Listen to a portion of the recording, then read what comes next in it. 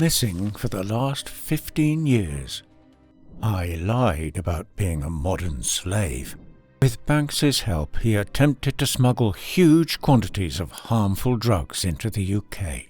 She was a straight-A student at a top university, but locked up for her role in narcotics trafficking plot. Fingerprints all over it. December 2016. A 15-year-old boy leaves his home in Liverpool and is never seen again. Eddie Burton, thin, slight, familiar to the streets of Walton and Kirkdale, steps into the winter city and simply disappears. The last confirmed sighting comes on December the 21st in the bustle of Liverpool city centre. After that moment, nothing. The calls stop. The trail ends. Police and family clung to missing posters and witness appeals, but weeks passed with no answers. What happened to Eddie Burton? Was he hiding? Was he taken? Did he fall prey to the city's shadows? After that, he vanished without a trace. Time moved on, but the missing boy's absence remained an open wound. To the public, Eddie was a runaway. To his family, a missing son. Few could imagine that this story was not ending, but beginning. Because years later, Eddie's name would resurface in the unlikeliest of places. Not in a hospital, not in a morgue, but in headlines describing him as the mastermind of a multi-million-pound narcotics empire. The baby-faced teen the public once pitied had re-emerged as a figure of power and control, orchestrating shipments across borders with chilling precision. How does a boy, once just a missing child, transform into one of Britain's youngest criminal kingpins? How does a vulnerable runaway build an empire stretching across countries, only to be brought down in the flashing lights of an Ibiza nightclub? This chronicle traces Burton's unsettling journey from the night he vanished into the city, through the construction of an underground network built on secrecy and technology, to the international manhunt that ended it all. Along the way, we will uncover the roles of his accomplices, the reach of his operations, and the investigators who followed his trail. It's the story of a missing boy who came back as the architect of a criminal empire. Not much is known about Eddie's childhood, just that he grew up in Walton, a working-class district of Liverpool. By all accounts, he was an ordinary boy, white, 5'6", short brown hair, a pale, freckled complexion, an ordinary face in the crowds of Liverpool. He became infamous the day he vanished. In December 2016, during the festive rush, Eddie's ordinary image fractured. On the morning of December the 21st, just before midday, Eddie was last seen in the city centre. Hours later, his family raised the alarm when he failed to return home. Police released his description with urgency: a grey hoodie, a dark blue jacket, a Hugo Boss cap, and grey jogging bottoms. Details that painted the picture of a typical Liverpool teen, and yet none of them brought him back. 2 days before Christmas, his family reported him missing. Posters and radio appeals pleaded for help. He was just 15 and vulnerable. Then came a strange development. Weeks later, in January 2017, a sighting was reported in Kirkdale. Hits Radio Liverpool tweeted an alert suggesting Eddie was still out there, and this was not the first time. Eddie had disappeared before, leaving police and family scrambling. What prompted these disappearances?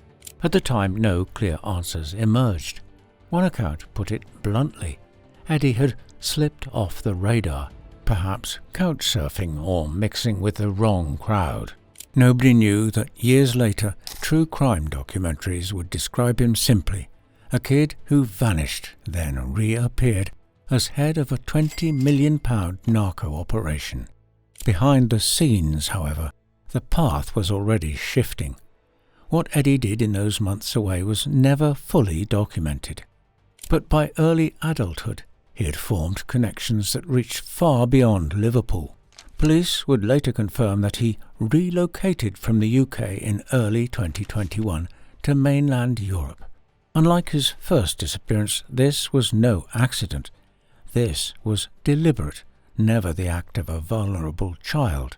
This time, Burton vanished deliberately, embedding himself in networks in Amsterdam and Spain. And soon the world would see what he had become. By early 2021, Burton was no longer the missing boy from Liverpool. He had crossed into a new world, living between the Netherlands and Spain, territories known for their role in Europe's narcotics trade. The timing was crucial. In mid-2020, the encrypted phone network, EncroChat, long trusted by Europe's criminal underworld, had been infiltrated by police. Investigators read secret conversations in real time, and the fallout was devastating. Networks collapsed, arrests spread across countries, and the old order was fractured. Amid that chaos, Eddie moved quickly. At only 19, he inserted himself into Europe's trafficking hubs, taking advantage of the disruption. Where others were falling, he was building, and Eddie had a principle that set him apart: never get caught with the product. He relied on distance and intermediaries, recruiting couriers and using encrypted phones to make his shipments look like legitimate freight. Unlike flashier dealers, Eddie stayed invisible, later called a baby-faced enigma. By building his empire like a ghost, Burton stayed hidden just long enough to grow. By 2021, Burton was operating far from Liverpool, dividing his time between the Netherlands and Spain. Amsterdam and Rotterdam were Europe's main drug gateways. Spain's ports and party islands gave him cover and routes into the UK. For someone barely out of his teens, Eddie's footprint was extraordinary. Spanish investigators later confirmed he had set up shop between the Netherlands and Spain, from where he coordinated the shipments. Some thought he was just a front for older kingpins, but evidence showed Eddie himself ran the logistics like a corporate machine. By the summer of 2022, Burton's network was no longer hidden in whispers or encrypted messages. It was moving freight, massive shipments of Class A and B narcotics smuggled from mainland Europe into the UK. No small packages, no trickle through minor couriers. Eddie dealt in bulk. His scheme relied on freight vehicles carrying hundreds of kilos at a time.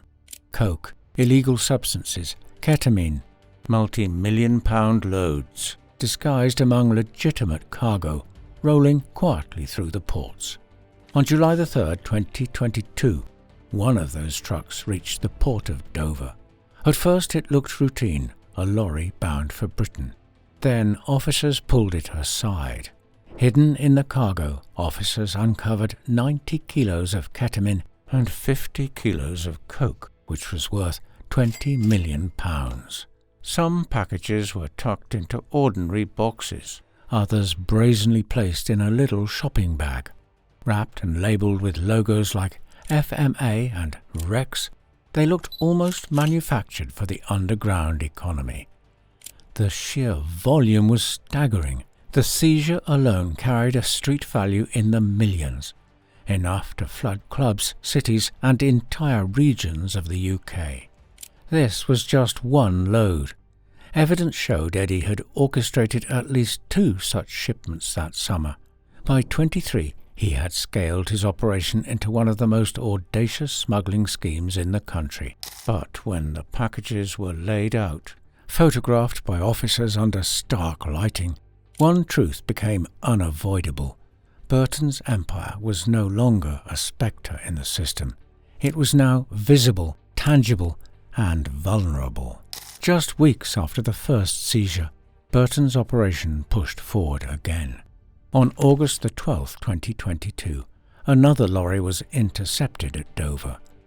This time, the concealment was more advanced. border officers discovered a heavy-duty fuel tank that looked ordinary from the outside, but welded inside was a secret compartment. Hidden in that chamber were 142 kilos of coke and 25 kilos of controlled substances. The image is startling.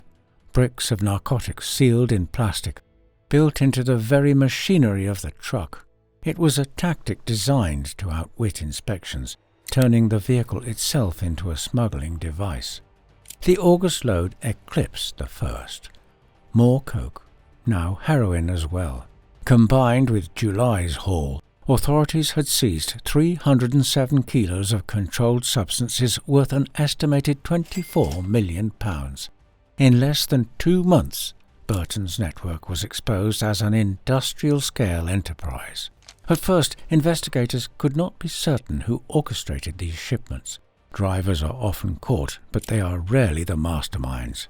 The second lorry's driver, a 64-year-old Latvian man named Marius Fridvalds, was arrested and later sentenced to 14 years in prison.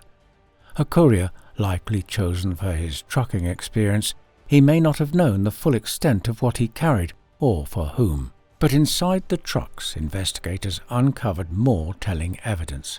Forensic teams found fingerprints and DNA that did not belong to drivers or customs officers. Some matched across both shipments, linking the same handlers to each consignment. And then came the breakthrough. The prints and DNA matched Burton himself.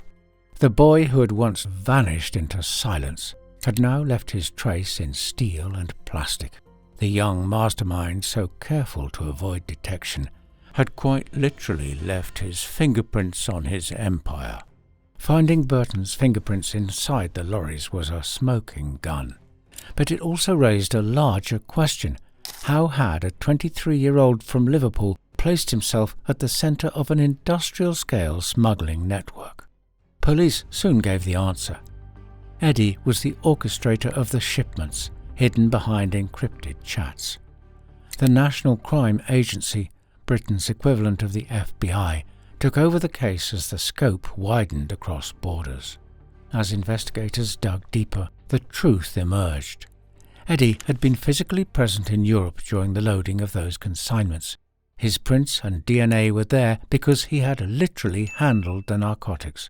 What should have been an invisible empire was now stained with his trace. He had never been arrested in the UK. A false sense of safety reflected in his texts with his ex-partner Sian Banks. In July 2022, just days after the first Dover seizure, Sian panicked. Her fingerprints might be on the ketamine packaging. Eddie brushed it off with a text in his Liverpool slang. "You've never been nicked, or had your prints took anyway, so it doesn't matter." It was a fatal miscalculation. Forensics could still tie prints to individuals through intelligence networks, family matches, or data sharing. The illusion of safety only convinced Eddie and Sian to keep moving. The NCA had more than fingerprints. Messages recovered from Sian's phone revealed her direct involvement. Records showed she had flown to the Netherlands in late June 2022, helping Eddie prepare the first shipment before it left for the UK. The conversations placed her alongside him, confirming he was no distant figure but a young man orchestrating logistics on the ground. For investigators, this was a turning point. They now had forensic evidence, communications and witnesses placing Burton at the centre of the smuggling pipeline. The net was tightening. And yet Eddie, unaware of how much had already been uncovered, continued to operate as though he was untouchable. After the twin busts of July and August 2022, British authorities had enough evidence to name Burton as the mastermind. The National Crime Agency launched a formal manhunt in the latter half of that year, but finding him would not be simple. Eddie had left the UK in 2021, living between the Netherlands and Spain.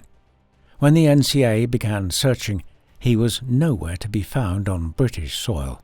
He had no fixed address in the UK, and likely no recent digital footprint tied to his real identity. By August 2023, Nearly a year after the Dover seizures, he was using an alias in an attempt to evade detection. The false name itself is unknown, but it was enough that in Spain or the Netherlands he never introduced himself as Burton. He likely changed phones, perhaps documents, and may have secured fake identification papers, common tools for traffickers, to rent apartments or travel unnoticed. Through 2022 and 2023, he stayed ahead of police. During this period, his ex-partner Banks became essential. While Eddie stayed abroad, Sean remained in the UK and acted as his domestic contact. Between June 2022 and October 2023, she travelled monthly to the Netherlands and Spain to meet him. These trips hinted she was moving information, money, or even product across borders. Evidence later confirmed that on at least 2 occasions in August 2022, Sean smuggled coke and ketamine back into the UK in her personal luggage after visiting Eddie in Amsterdam. Smaller loads than the truck shipments, but likely samples or cash flow cargo to keep the enterprise moving. Sean also took on the role of money handler. NCA branch commander John Turner concluded that Banks held a crucial role, laundering the illicit profits and acting as the UK-based facilitator for the network. She collected narco money, managed logistics, and ensured that despite Eddie's physical absence, the business ran smoothly on British soil. Burton managed his empire from abroad while Sean kept it running in the UK. But Sean's frequent trips and money movements did not pass unnoticed. The NCA was watching her closely, treating her as a key associate, perhaps even waiting for her to lead them straight to Eddie. Living abroad under his alias, Eddie believed he was beyond British reach. Yet behind the scenes the net was closing. The NCA worked hand in hand with European police, tracing his false identity. Even German authorities became involved, likely because one of the narco-laden trucks had passed through their territory, or due to Europol's intelligence sharing. Meanwhile, international warrants were issued. By the summer of 2023, Eddie's freedom was hanging by a thread. And yet the end came in the most unexpected way. He had drifted to Ibiza, the Spanish island infamous for its nightlife, perhaps to hide among the chaos, or even to profit from it. Ibiza's clubs are saturated with controlled substances, and Eddie blended into that world, until one night in August 2023, when he walked into Pasha, one of the island's most iconic superclubs. Spanish police were carrying out a routine operation against local dealers inside the venue. They weren't hunting for an international kingpin, but that night they found one. Eddie was arrested inside Pasha for unrelated drug-dealing offences. In other words, they caught him selling on the side without even realising who he really was. It was a spectacular coincidence. In custody, routine checks revealed the truth. The man they had picked up in a nightclub was the very fugitive the NCA and its partners had been hunting across Europe. Headlines captured the drama. Man's arrest at Ibiza nightclub Pasha led to collapse of £20 million drug empire. Witnesses recalled Eddie smirking as if unaware his cover had collapsed. One report later quipped, "From missing baby-faced teen to smirking drug boss arrested in Ibiza." The transformation was complete, and so was the downfall. After his arrest, extradition followed. Because of European warrants, Eddie was first sent to Germany to face procedural charges, then ultimately handed to UK authorities in March 2024. Specialist officers from the NCA's Joint International Crime Centre escorted him back to Britain. The boy, who had once vanished into thin air, had finally been caught, dancing in the jaws of the lion. With Burton in custody, investigators turned their focus to the woman who had stood beside him throughout the rise of his empire, Sian Rose Banks. At 25, Sian was Eddie's trusted partner, involved in every stage of the operation. Her role was twofold: Abroad, she was Eddie's logistical assistant, flying frequently to Amsterdam and Spain, helping him prepare consignments of illegal substances. Evidence showed she packaged ketamine herself. Her fingerprints were left on the bags seized in July 2022. She likely assisted in concealing the narcotics within hidden compartments, working with Eddie in the assembly line process of smuggling. In Liverpool, she laundered profits, coordinated distributors, and managed money flows back to Europe. Her clean record delayed suspicion, but not for long. Her arrest in December 2023 was a turning point.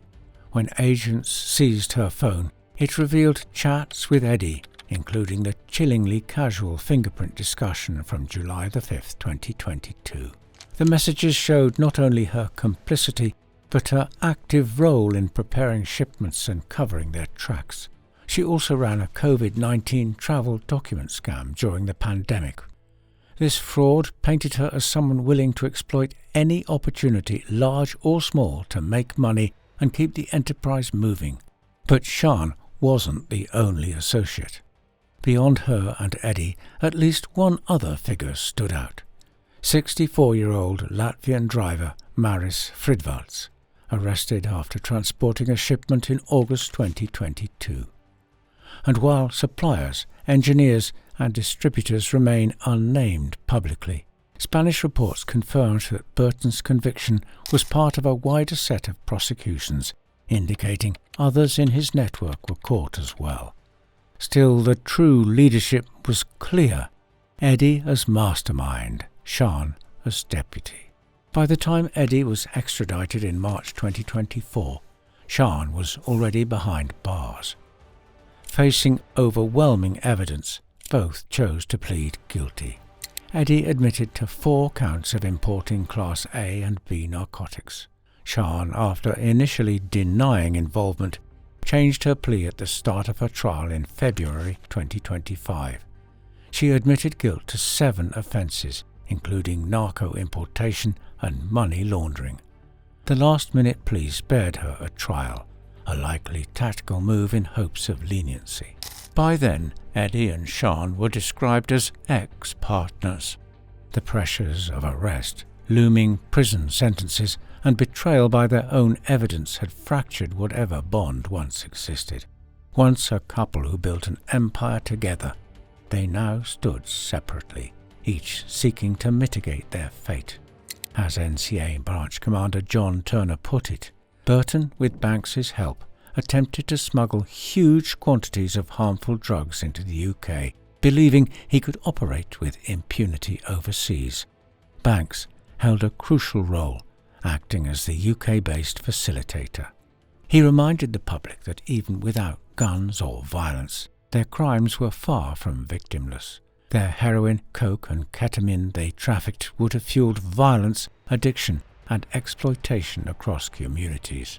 Eddie and Sian's empire thrived on misery, turning suffering into profit. With both Burton and Banks in custody, the empire that once spanned borders collapsed inside a British courtroom. The case unfolded at Canterbury Crown Court, a stage familiar with Dover's narco-smuggling trials. There, a youth once pictured on missing posters now stood smirking in the dock, as if defiant against the inevitable. But bravado could not mask the weight of what was to come. In February 2025, Sian abandoned her denial and pleaded guilty, ensuring that both awaited judgment side by side. Over 2 days, the court laid bare the truth: 307 kilograms of controlled substances, an international chase, and a nightclub arrest in Ibiza. The scale was industrial. The damage is incalculable. When the sentences came, they were crushing.